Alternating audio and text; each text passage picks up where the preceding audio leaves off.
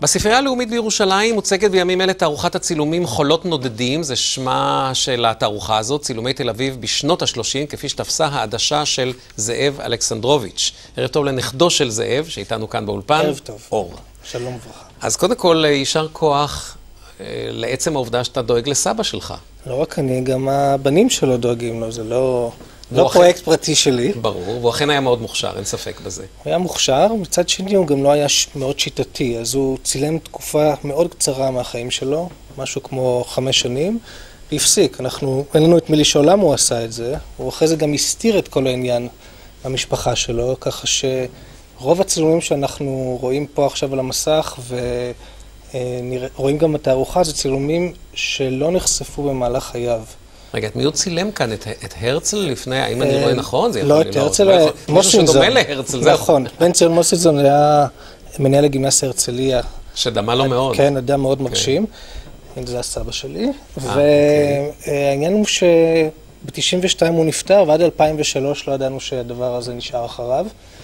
ואני במקרה חיטטתי לסבא שלי בארונות ומצאתי תיק אור בלוי, שבתוכו היו מגולגלים אלפי נגטיבים שלא ראו אור יום, משהו כמו 70 שנה. ואחרי הרבה מאוד עבודה והשתדלויות, יצרנו קשר עם הספרייה הלאומית. הספרייה לקחה את זה כפרויקט חלוצי של העלאה של אוסף שלם לאתר שלהם. מדוע סבא החזיק את כל הנגטיבים האלה, את כל התשלילים האלה אצלו בבית, צפונים עד כדי כך? מדוע הוא לא נתן להם פומבי? שאלה מעולה, הוא כנראה חשב שזה לא מעניין אף אחד.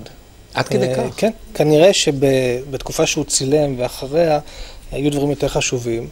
הוא גם כנראה קצת שכח מזה, וגם כשבשנות ה-80 התעורר איזה עניין מחודש בצילומים שלו, מספר בודד של צילומים שהוא פרסם, כל מיני בימות, הוא כנראה לא חשב שזה ממש מעניין, או אולי הוא גם לא זכר שיש לו כל כך הרבה. איך אנו התמקד בעיקר, ככה בקצרה?